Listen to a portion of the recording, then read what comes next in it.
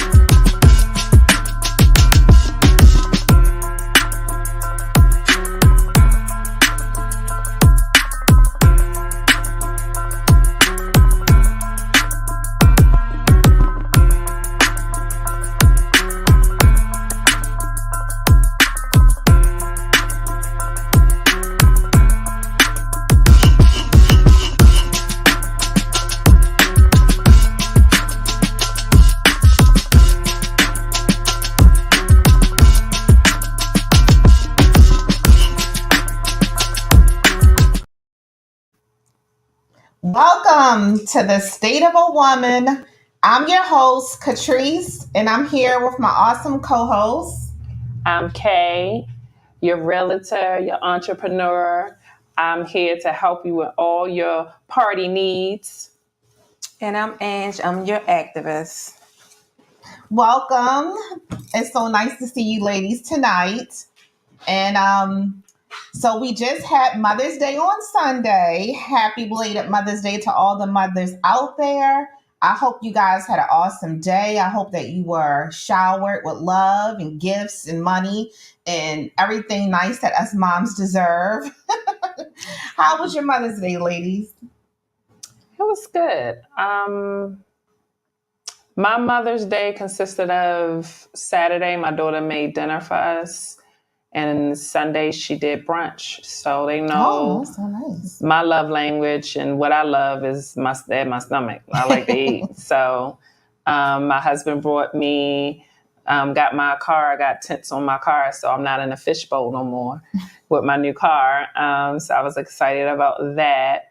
Other than that, I didn't do anything. I had to clean, y'all, because my closet fell. I think somebody bought me too many clothes. Aww. So other than that, I had a good time. Okay. So for my Mother's Day, I went to a gospel brunch that was amazing. The local talent was amazing. One of the main person there was Ayana Crawling she was the winner of season 2 of Sunday's Best. Oh. And her voice is amazing. And she spoke an amazing word. It actually had me marinating on it since she said it. And it was about learning to forgive yourself. Mm-hmm. And that's something that I need to work on. I didn't think about it until she mentioned it. After that, I went home. And because the day was kind of like dreary. And I really wasn't kind of like in the Mother's Day mood, kind of sort of. I don't know if it was. It rains every year. Yeah, because it rains. So I was kind of mostly. like, So my Mother's Day is always like a happy, sad moment because I had my other 4 kids, but then I had one that I don't have here with me. Oh. So I was missing my son that I lost.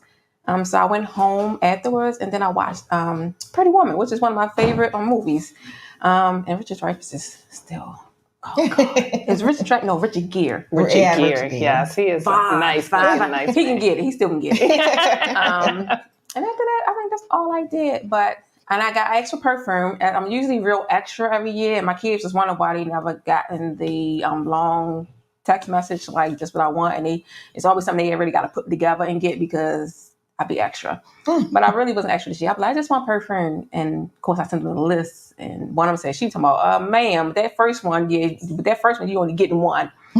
But that's all I asked for. But the best gift I got for Mother's Day was my youngest son opening up his restaurant, Mr. Biscuit. So Yay! Try it out. And his grand opening was awesome. a success. So I'm a proud mama. And what's the name of the restaurant? Mr. Biscuit. Oh, we definitely gonna have to go out and support, check it out. I already did. And let me tell y'all, that hamburger I had, I was like, this. It was so good. And he had fresh cut fries. They were awesome. And then I had the pomegranate lemonade, and that was really That good. sounds So delicious. yes. That sounds good. Well, my Mother's Day was really calm. I had a hectic weekend. So for Mother's Day, I cooked and my mom came over. This is my first Mother's Day without my grandmother. So my mother's first Mother's Day without her mom. So we just sat and had dinner, me, my daughter, my brother, my husband. So it was nice. It was very calm, but it was exactly what I wanted. Relaxing. Okay. We have our other co-host here backstage that we about to bring her in. Hey, Hey, Just Janice. Janika. Janika. Hey ladies, how are you guys? We Great. great. So we're just talking about our Mother's Day. What did you do or get for Mother's Day? I had a brunch. We did mimosas and massages at my house, and we had brunch catered by a chef, and the food was amazing. The company was amazing. My children were there. My grandmother was there. One of her sisters was there, and cousins and just additional family members. We all just gathered, and all the moms were able to receive massages one by one. We went downstairs and had massages by Oh. my massage lady that comes to me monthly. um yeah, and we just ate. My cousin brought her record player and her albums, and my uncle was a DJ, so he played all the old school music. Like last night, a DJ saved my life, and just that was one of my first 45 albums. I was like taken aback when he played it, but yeah, we had an amazing time. Oh, that's Oh, that's awesome. awesome. That's awesome. I do massages too. Just saying. Make sure you invite us next time. Oh, absolutely. Always invite. You all had plans. I knew you guys had plans, but You know, all, I, all, you know, all, Massage, everybody's gonna be like, what I happened tried. No, I was was. trying. Trust me. You know, I was trying to work it out. I was I trying. know, I was trying but to I work it wish out. I I was was with trying to you figure when I out like saw how your. I'm gonna get out this gospel. But then the word it came over me, and I was like, Oh, I would have Listen, got when I out of saw all your videos, I wanted to be where you was at too. I was like, how can we be at two places at one time? I was trying. I was trying to work it out. Yeah. Okay.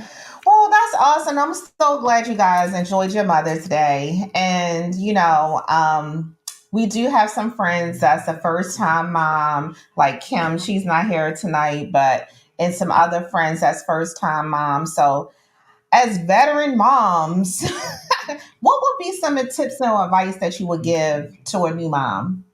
Put them on a schedule. And Put how would them you do that? kids on a schedule. Set a schedule and stick to it. These Mhm. moms, my daughter is a first time mom, and I'm like, hey, just you gotta. It's a routine. Everything is a routine, and when you keep doing your routine, eventually they will get with the routine. The difference with my daughter is she's a night owl. She was that kid. My daughter didn't want to go to sleep. However, she was like, Ma, I know we had to be in bed at a certain time, and whether they lay there or not. And a lot of times I had saw something about a lady, she's on Instagram, and she was talking about putting her kid on a routine. And what she does, that they were saying, you just lay next to your child, whether it's on the floor, whatever, while they're in their crib or whatever, and just let them relax. And they gonna move around and still try to get you. And it's gonna be rough at the beginning, because again, when your child cries, what you want to do, pick them up. But you got to stick to your guns, and just as you do the routine, it may take a week, it may take 2 weeks, it may take 3.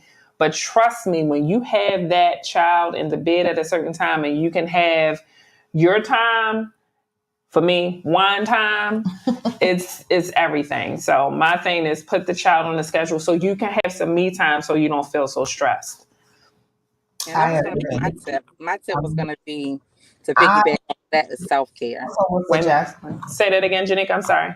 I'm sorry, ladies. Is it a leg? And I try to jump in and to piggyback off of what you said, Kate, because my tip was going to be self-care. Always make sure that the new moms, always make sure that you don't lose yourself and your child. Make sure that you take time for yourself as well as your significant other. spending that quality time with yourself and your partner. Don't get overwhelmed with just being a mother. Right. I agree. That I was agree. definitely something I was going to suggest. If that means going to get a pedicure, a manicure, whatever it is that you enjoyed before, make sure you find that time. You might have a mommy guilt initially, but trust me, the baby will be fine, and get that time. Um, I also would say to establish your village early and just literally have the conversation with people that you know and trust and just say, hey, I want to know that you are part of my village, that you're accepting being part of my village, because the village, when you call, they need to come.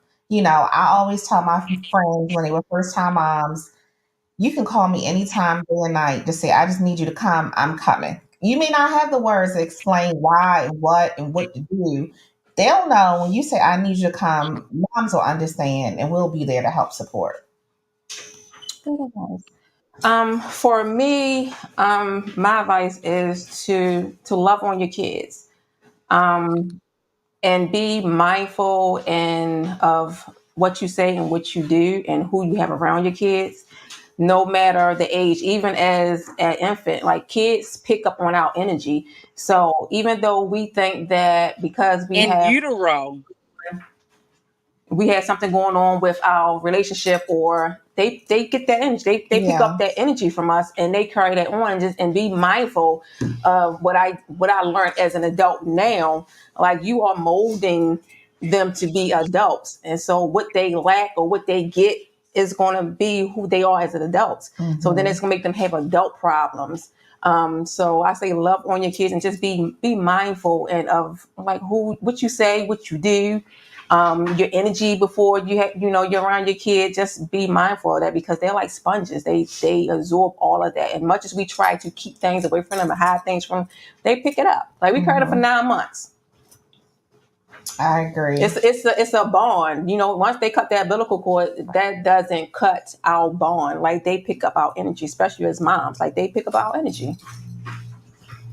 yeah, I was saying in utero, the energy that they feel from us, they feel it while they're inside of us. Yep. Yep. Yes. Yep. Absolutely. Yes, I just want to read this quote. According to Daily Blast, a survey of 2,000 mothers in the U.S. said that they spend an average of 97 hours a week on parenting tasks. More than half said they sacrifice sleep for their kids, and 47% regularly give up date nights, hobbies, and regular time with friends or their children. So that's just the combination of kind of what we discussed. Like, this is very common, but you got to find a time, and like you said, even being tranquil and being able to be at peace, and you know setting time apart for yourself is so important Balance, so that you balance. can be. Hmm. Yes. Okay. So this is interesting that you brought up all those great tips, because did you learn that on your own, or do you feel like those are things you got from your mother? So I guess the question is, are you mothering the same way that your mom mothered, or are you mothering differently? Um, I would say kind of, sort of. Some things I did, like my mom. Like, my mom was that mom where you're not going to stay a night over nobody's house. You're not going over nobody's house. She did not care. They can come over here, but like, you're not going over anybody's house. And I didn't growing up, I didn't understand it. Like, I was always mad, like, why I can't go to this person's house. I was the one who was on the porch when the street lights came on. I was on the porch on the step. Everybody playing hide go seek, 7-Eleven, all that stuff. I wasn't doing nothing. I was sitting on the porch. Oh, I couldn't do like any of that. And oh, I didn't understand it. I was kind of like mad back then. But as I grew up and as an adult, I realized like why she did the things that she did. Because when I learned like a lot of things that happened amongst like friends that was growing up, because they were parented differently than what my mother parented me. And so when I grew up and I was the same with my kids. Like, no, you cannot go over this person's house. You is not staying like over this person's house. They could come over here.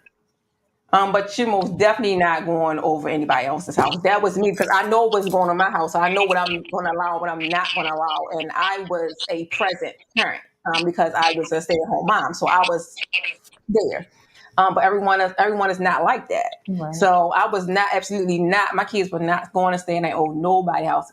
I didn't care if it was family because you can't trust family sometimes. So I didn't care who it was. Like, no, you're not going over there. They can come over here. We got plenty of room, but you are absolutely not going to stay over someone's house. So in that way, I did. I picked that up from my mom, and and unknowingly picked that up from my mom.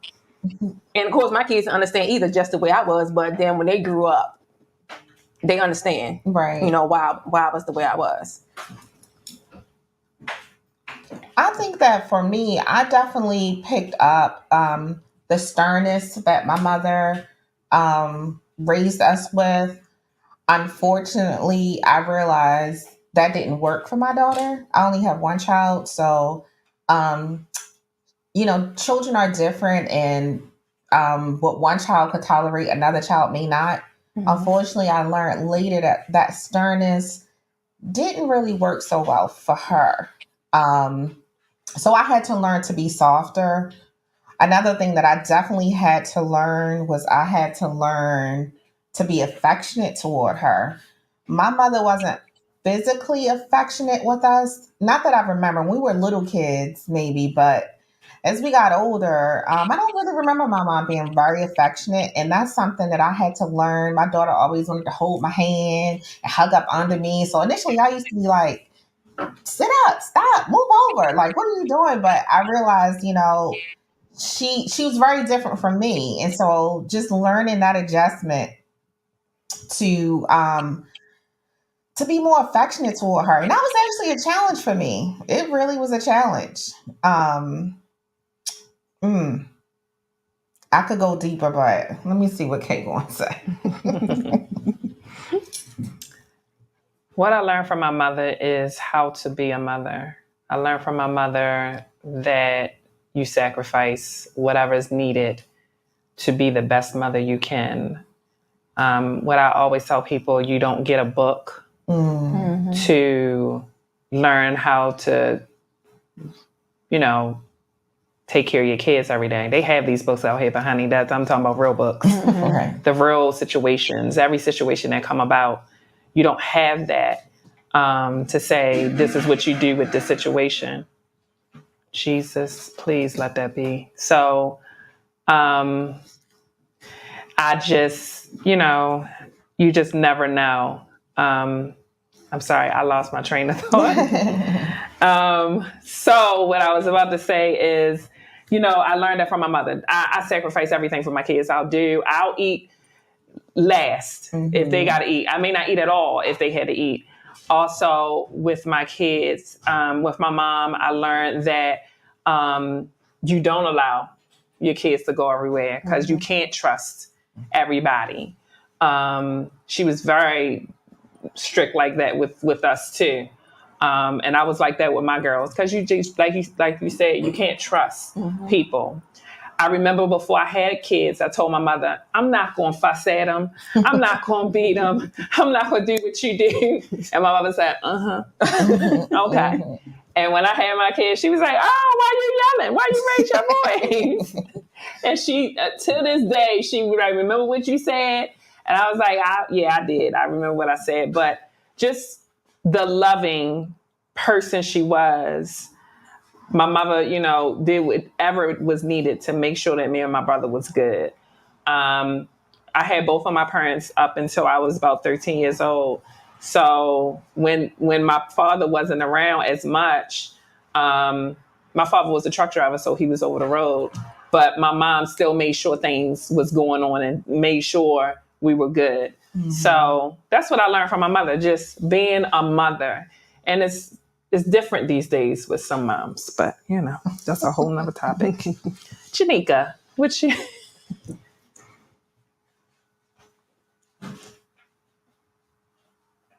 I'm sorry, we can't hear her. We can't hear you. We can't hear you, honey. No. Yeah, we We can't can't. hear her.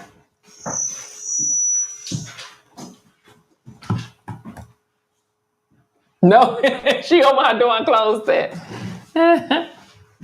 No, sorry. Sorry, we can't hear you, Janika. Oh, you want to come out and come back in? Yeah, let's see if that Okay. works. So we're gonna just put the But commercial on until she comes.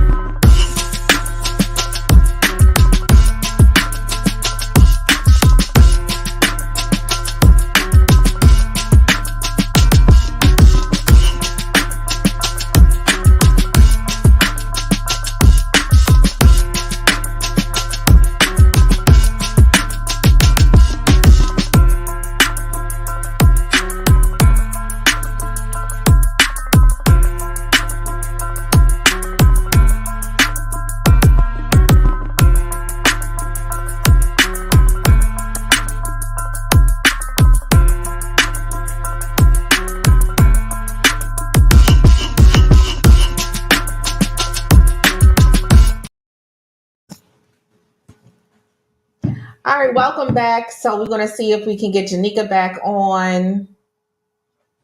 There we go. Hey. Hey, Hey, say can you something. guys hear me now? Yes. Yes.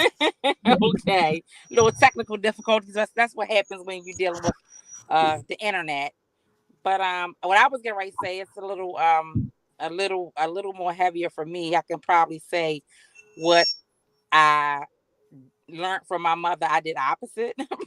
Probably my mother didn't really raise me. Well, first of all, to be transparent, I don't know if we talked about this before or not, but my mother was a heroin addict. So most of my life, not my entire life, but at a very early age, she began to use drugs. So never used drugs. So I didn't. I did that. I was opposite in that way.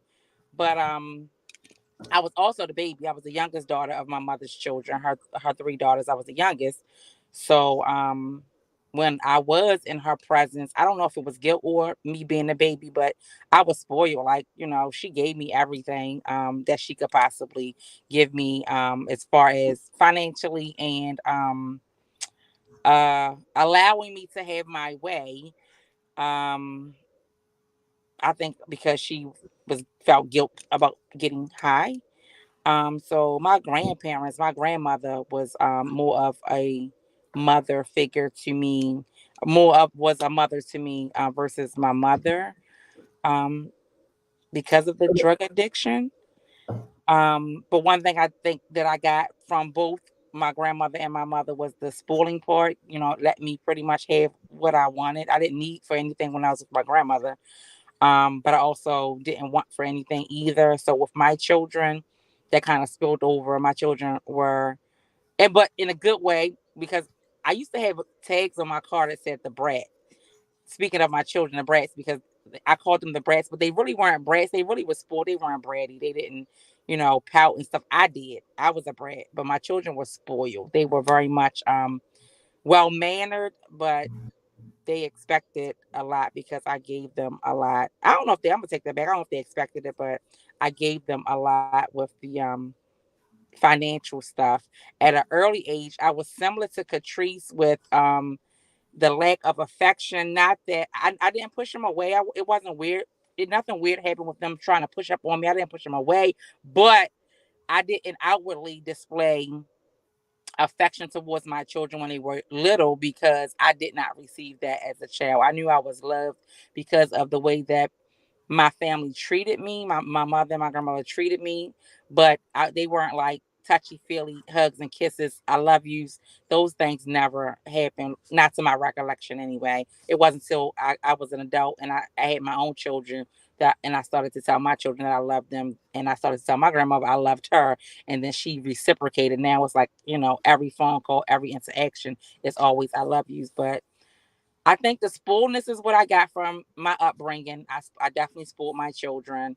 Opposite of what you guys said about not letting your children go anywhere, because my children definitely went with family members every chance I got, because I was young and I was out here. No, but as a child, I went everywhere as well, and I don't. It wasn't a good thing. I don't know if I would change anything, because I had, the experiences that I had made me who I am today. So I don't know if I would change anything, but that was something that rolled over into my parenting was I always was allowed to go wherever I kind of wanted to go. Of course, my grandmother vetted. She called parents to see who they were, and dropped me off and picked me up and stuff like that. And definitely spent time with family members. Got dropped off and picked up, and I did the same thing with my children. My youngest daughter had a phone at 4, and I would allow for her to go stay with family members, but she had a phone so she can call me. My older children, they were able to go stay with family members because I was allowed, so I didn't see a problem with that. But yeah, I definitely parented my children very similar to how I was parented. Thank you for sharing, Janika. And we have Erica joining us. Let me say my goodbyes, you guys. I'm sorry, I Yeah. have to go because, like the title says, I am a multifaceted entrepreneur, and I'm starting a new business, and I have orientation for my new business. I love you, ladies. Have an amazing rest of your show, but I'm gonna go. See Love ya. you. Love you, Love Bye. sis. you. All right.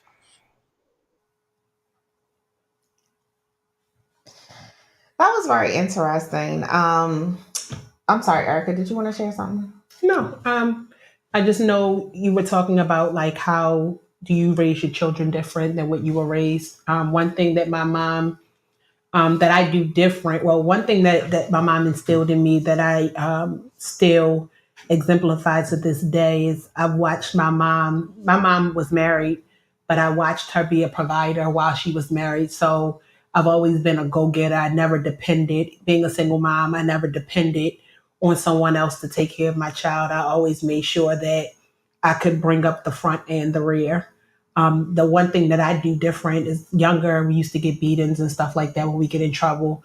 Um, Going into the social work field, I've learned that you don't have to beat a child in order to get through to them. And I show him a lot of affection and love. So that's something different. Like I don't have to beat my child, even if he gets in trouble. There are the recourses and ways that just me saying I'm disappointed or something like that. So it's just a little bit different for Yeah. me. I'm glad you brought that up because my mom was stern with us, but she did not beat us. When it was time to get a beating, she would tell my dad, but that wasn't a regular thing. But it is very common in our community that children got whippings, right? And one thing that I truly and firmly believe is that is all rooted from slavery.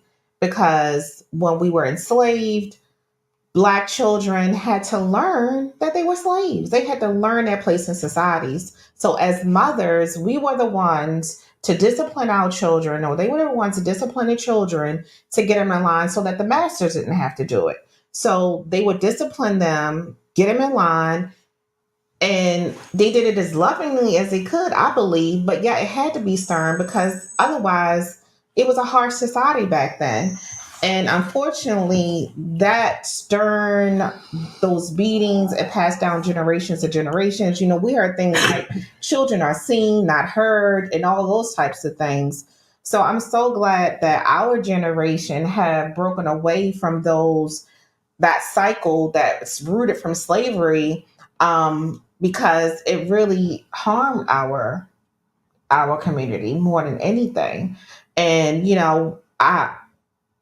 if you listen to older women, they'll pride themselves on their children's behavior. They'll say, "Oh, my children are well behaved." Having well behaved children back then was such like a high standard because the behavior of children was so important. Not the intellect, not the talent. It was the behavior that was so focused on for Black children. So I'm so glad that we are moving away from that horrible history that we've carried And out. a lot of times they don't tell. So I've met a lot of parents and through my time, and it's like if a child touches a stove and it's hot, they're going to learn not to touch it again because the effect that it had on them.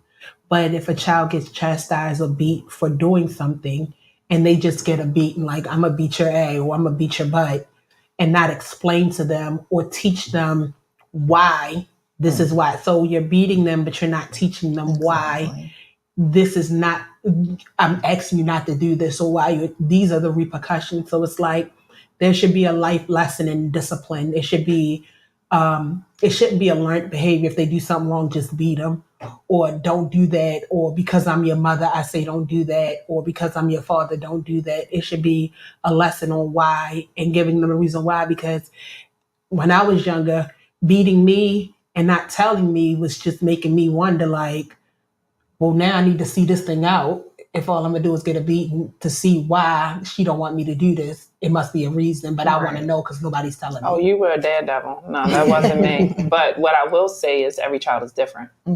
I had some children. I had all four of my kids was different. Now my son is, of course, he's my stepson, but he's my son. He never got a beating ever. My son, my 14-year-old, never. My girls were different. My oldest, I could take the phone from her. I can not talk to her for a day and she would lose her mind because she needed that attention. My youngest, she didn't care. You could take everything from her. She gonna make a doll out of paper. So every child is different and disciplining them are different. So, you know, my other, I could spank her hands and she would fall out, the one that would make a doll out of paper. So don't touch her because that's her thing. And I think a lot of people, when they say beating, I'm not going to let you do certain things and not spank your hand. My daughter had a biting problem back then. So I would smack her mouth. Don't do that. And then I learned, you bite, I bite you back. Bite you back, yep. And then she was like, ow, that hurt. And I was like, this is why you don't bite other people. You want to hurt other people? And I had to explain, like you said, explaining. I also went to a Mother's Day event with my son for our mentality, and they were teaching us love languages. Do you know your child's love language? And I had to realize and think like, dang. And I was sitting there the whole time he was explaining it like, oh, this is her love language. This is his love language and things like that. My son's affirmation. He loved affirmation. He won. He was first place today. He did a project on suicide. Oh, and wow. his team won first place out of 70 projects. Oh, wow. He won first place. Future social worker. Right. So he was so excited. But if I had said, oh, y'all could have did better than that, that would have broke him down because I know his love language is affirmation. So me saying, I'm so proud of you. I'm so happy. He was so excited. So I know with my son, I don't have to be him. I could just say, I'm very disappointed in what you did today because you know better. And that would, you know, and then what she was explaining is when you do that, like you said, you have to explain why, because I can't just say that's stupid. First of all, you can't say that at my house. Stupid, dumb, that is just not a word in my house. But that would, all he heard, if I say that was stupid, all he heard is my mom don't love me.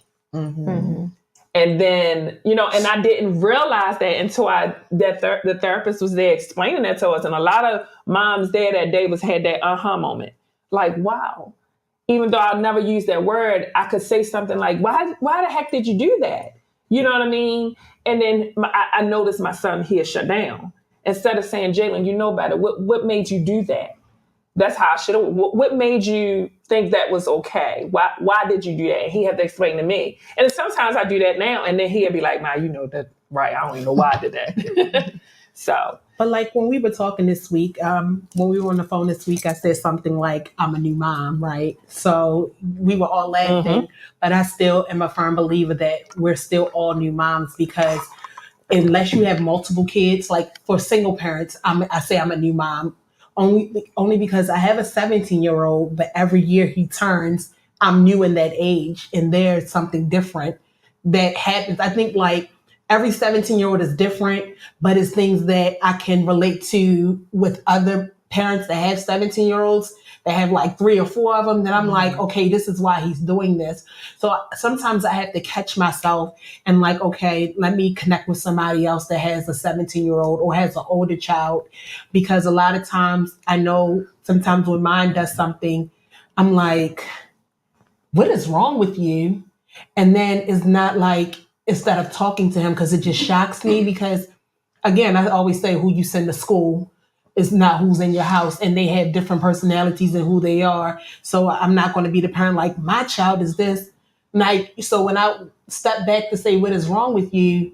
It was like, why do you think something's wrong with me? Like, Right. I'm your child. Like, there was another question that I could come back and ask. Instead of saying, what is wrong with you?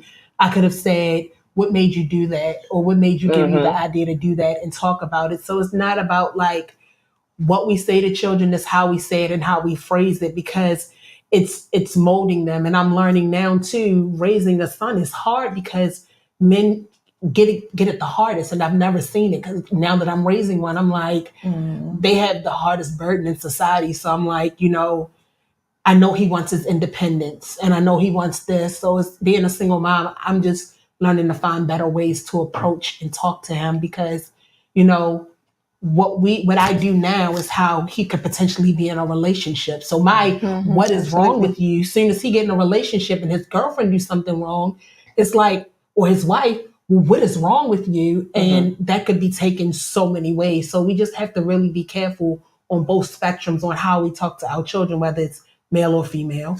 So I know some of the comments we had, and I don't mean to go too far back, but our co-host Janice was talking about her Mother's Day, and she said her family member had an intimate day, and they did flower arrangements, which was awesome. I did flower arrangements too with the Mother's Day event I was telling y'all about. Girl, I don't know what I was doing, but I hope your flowers was great.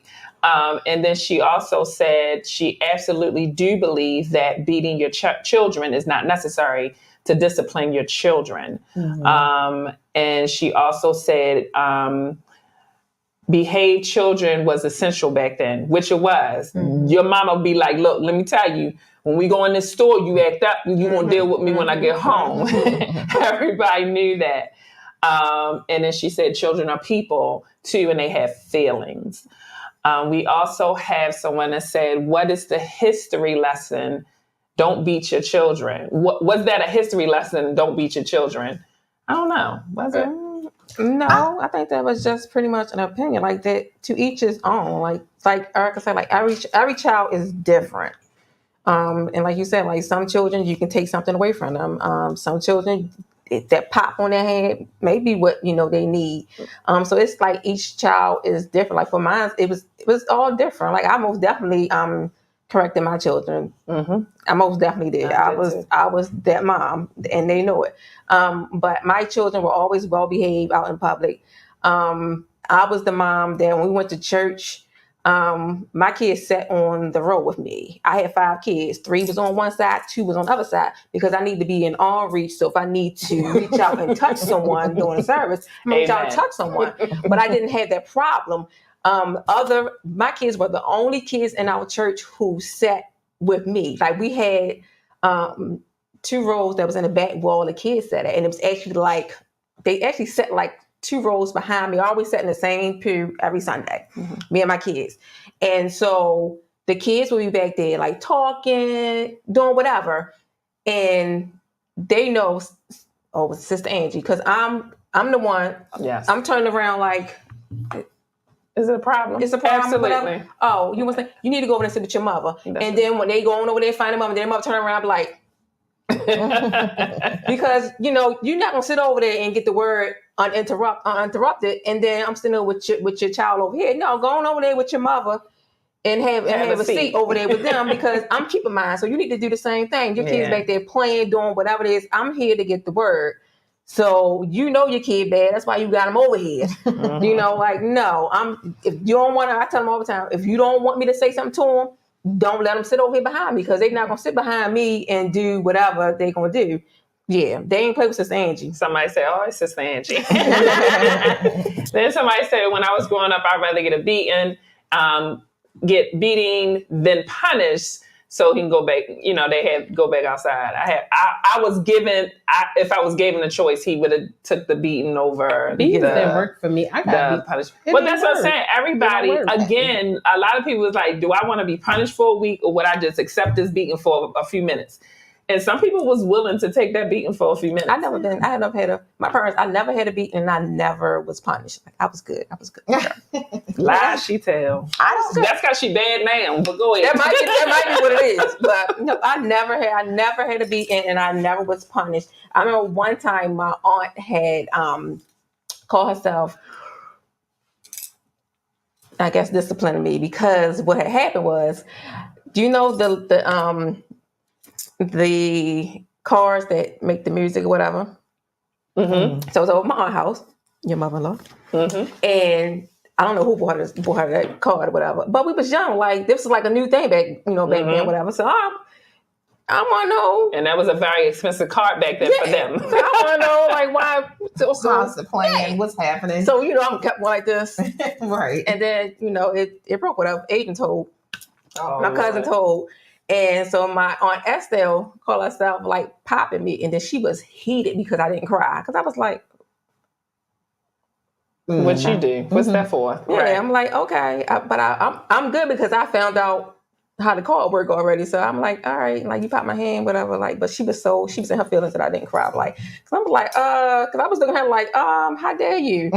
Because I was spoiled and like my parents never, and of course when I told my parents, they was like, what? Like, like. I can imagine your mom. Yeah, my mom had a fit. I never got a spanking, but my brother used to get spankings, and I remember just feeling for him. Like I was crying for him, and I don't remember getting a spanking.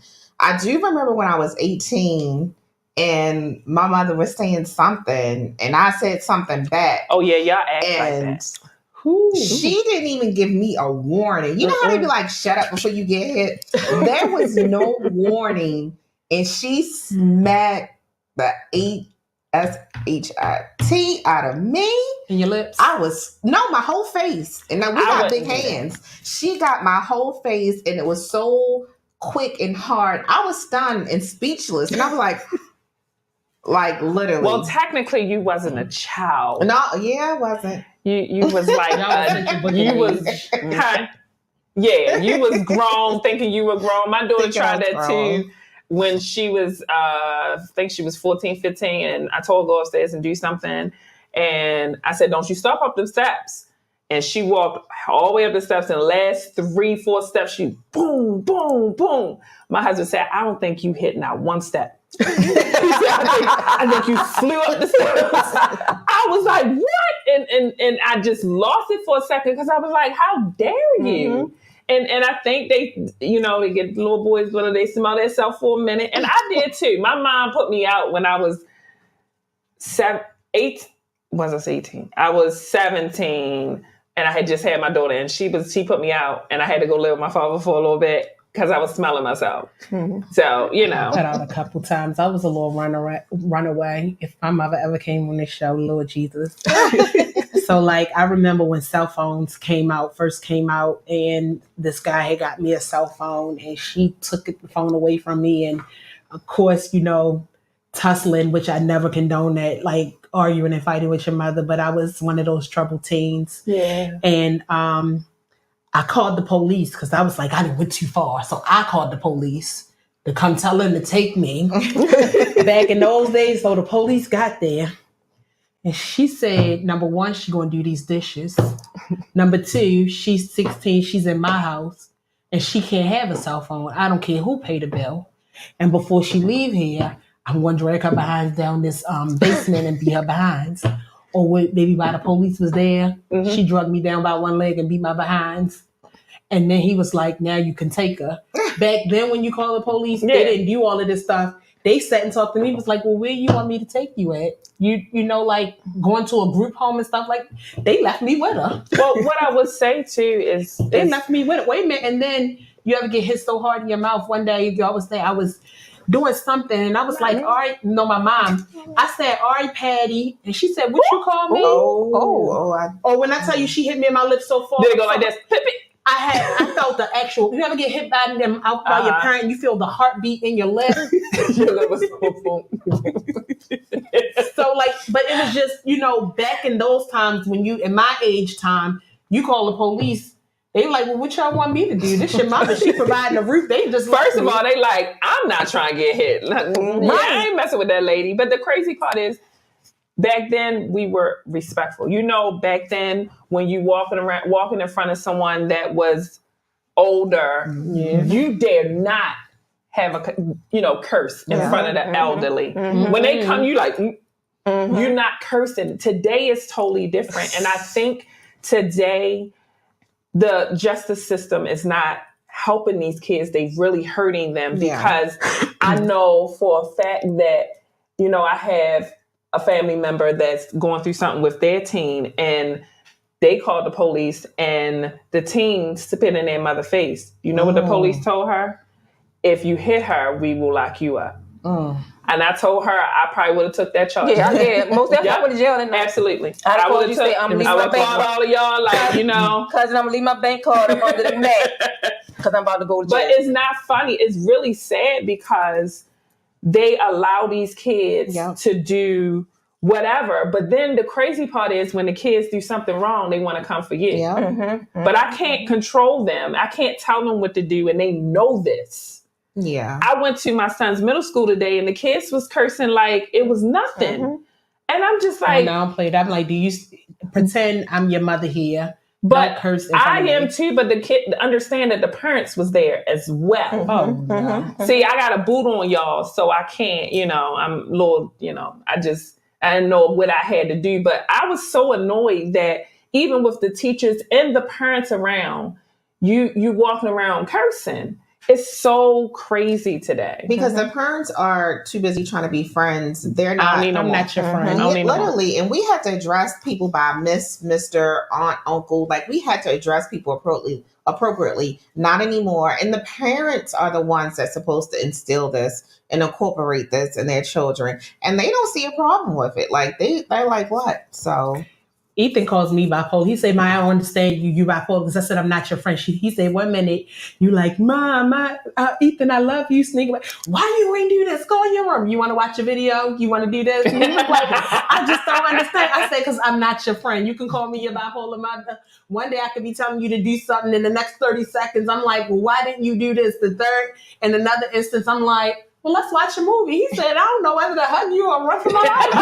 But it's just like, because we're here to give them life lessons and to guide them through life and to give them those essential tools. The essentials of life is to live, love, and leave a legacy and be all that you can be in this lifetime. And we have to give them those tools. So being their friend is impossible, because you can't be your child's friend.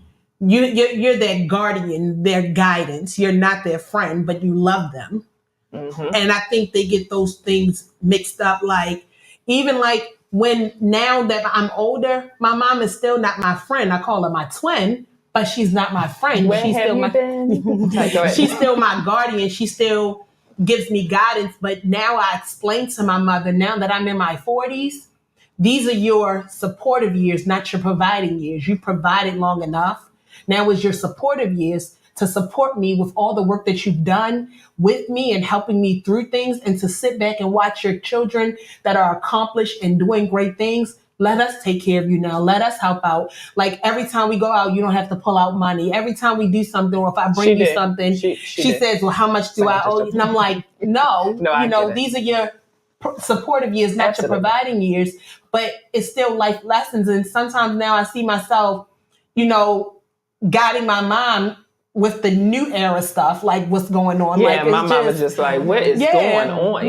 So it's just like the roles really reverse sometimes. Like, completely. When you get older, your mom really becomes like your child. Like you're raised, because you're taking care of them. You're so worried. You worried about your parents more than they, and I know they worried about us. I know they are. But you worry about them, like, are you okay? Like, my mother, let her not answer that phone, honey. Baby, I be on the phone with my mother. No. Well, my mother, I call her fiance, like, did you talk to my mother yet? He like, yeah, I talked to her. Oh, okay. Let her know she had 10 more minutes and we was on our way across town. Me and my girls would have been on our way. She I know don't play that. about my mom Yeah. and them. I remember when I got my very first computer and I wanted the internet. I think I was about 15. And my mother was like, I don't know if I want you on that internet. I don't know. I don't trust that internet. Now, every time she called me, well, every so often when she called me, like, can you look up? I'm like, I don't know if I want you on that internet. I said, they scamming on there. They getting over on people on there. She like, yeah. And the crazy part, you're right, because think about it. When you tell your kids, don't be clicking this on your phone, don't be clicking that on your phone, what you do, call your parents. Don't click on this. Exactly. You see this, don't click on that. Literally. Same way. So it's just, they still worry about us, but we worry about them more now because they're getting older. And then you sit back and you look at your parents and you're like, oh my gosh, they look older and they're getting older now. And okay, everybody know it's inevitable. Everybody is going to pass. But that's the thing, like, I can't imagine that. You see what I'm saying? I can't imagine that. Give me till she about 99. Well, my daughter told me when I turn 105, she gonna put the pillow on my face. But I was like, what? We're gonna have a whole conversation about aging parents because that's a whole nother discussion. I'm telling you, we want to talk about that. I do want to bring this up because we gave some really good tips on first time moms or moms in general. But I also want to just talk about ways that we can actually support new moms, young moms, first time moms, because they do get a lot of criticism. So just ways that we could actually support. I remember when I had my daughter, my aunt, who had 4 children of her own, literally came and stayed with me for 3 days. Her children blew her phone up, like, where are you? What are you doing? And she was like, y'all okay? And I kept saying, you can leave. I'm fine. No, I wasn't. I didn't even know. I didn't even know I wasn't fine. She was like, no, you go to sleep. You take a nap. Like, she gave me 3 days. I didn't ask. I didn't know I needed it. But I'm so grateful to my Aunt April for doing that for me. Because, oh my God, first of all, I had a C-section. Me too. And I lived in a row house where you had 12 flight of stairs to get to the front door and another flight of stairs to get up to the bathroom. The bedroom. So she was cooking for me. She was really helping me clean my house, me, the baby. Like, for 3 days, she was just so nurturing. And then I also was suffering from postpartum depression and didn't know it. I did not know it.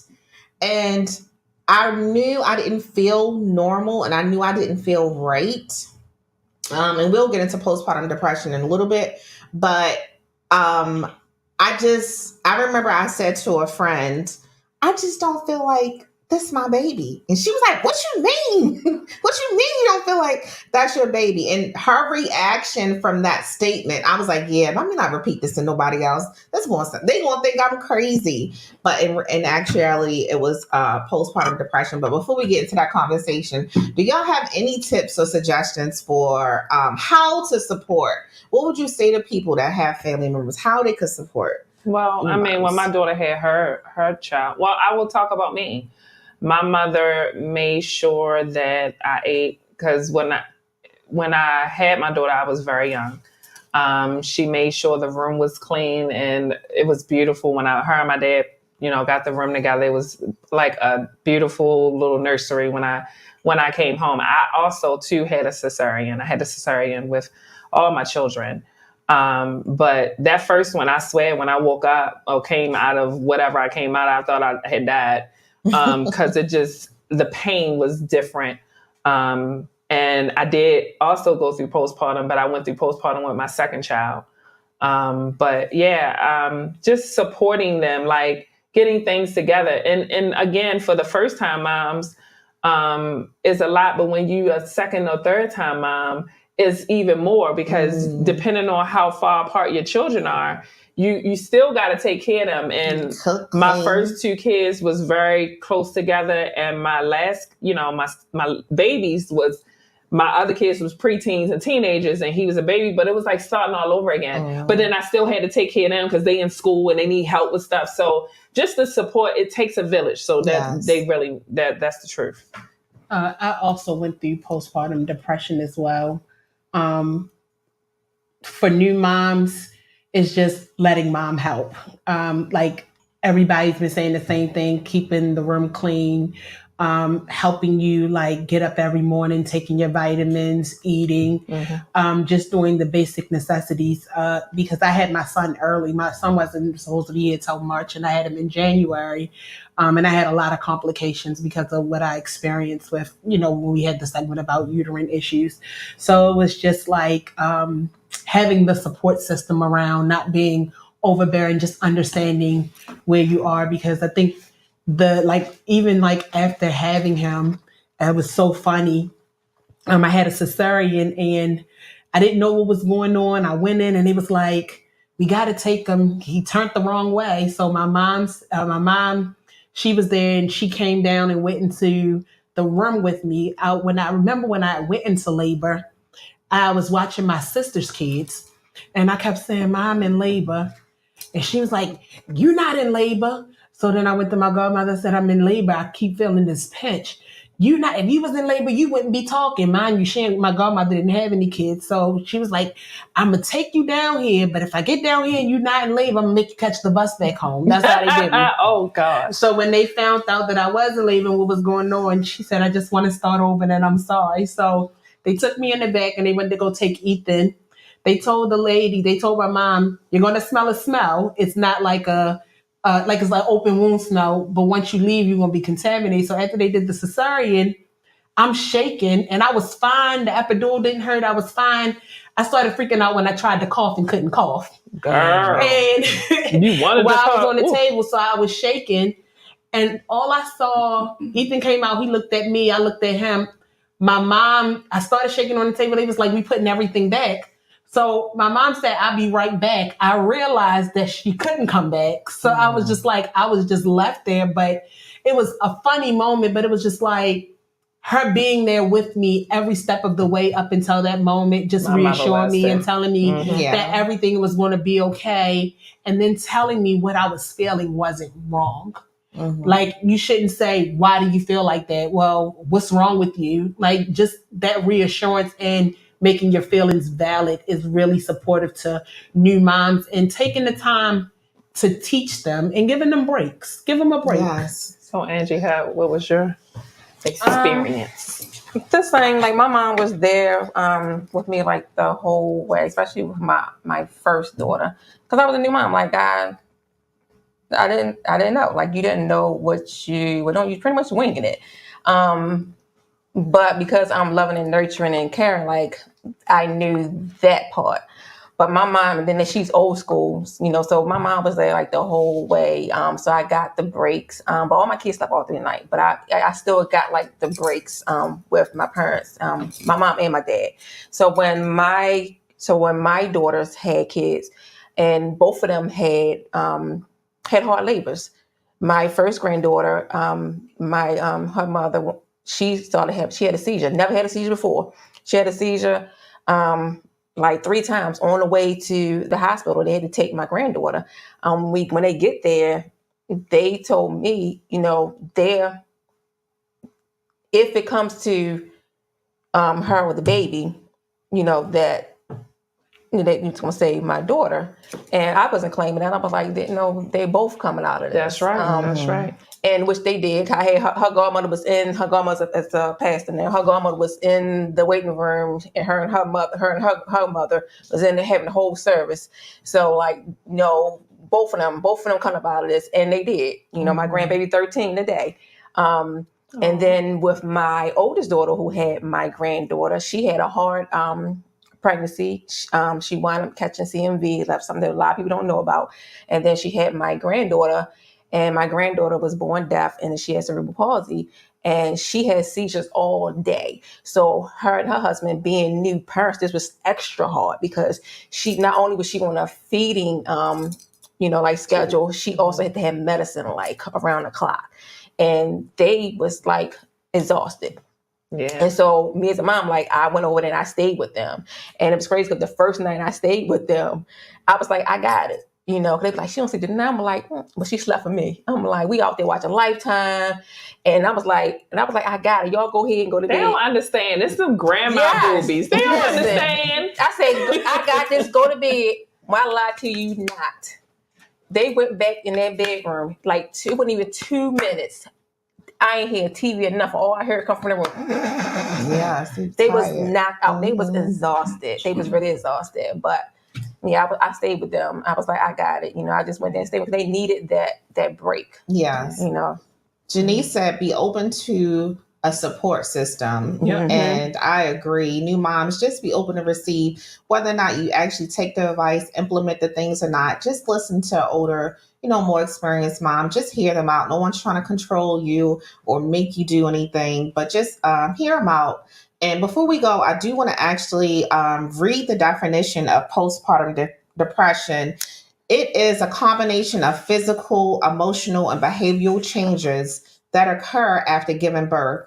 Symptoms are similar to depression, but um, also includes mood changes like persistent sadness, anxiousness, feeling empty, or just like severe mood swings. Some women feel hopelessness or pessimism, just like always negativity or guilty, worthlessness, shame, feeling inadequate as a mom. Some women have emotional irritability, frustration, anger, panic attacks, or fear. Some women are actually sleep deprived. They'll oversleep or not get enough sleep. Some women lose their appetite. They just don't even desire food or don't desire to do hobbies or much other activities. Some have issues with concentrating, making decisions. That was a big thing for me. Remembering things. Some feel withdrawn from loved ones, feeling numb or disconnected from your baby. That's exactly what I felt. I felt disconnected from my baby. And a lot of women worry about, some women worry about actually hurting themselves or their baby.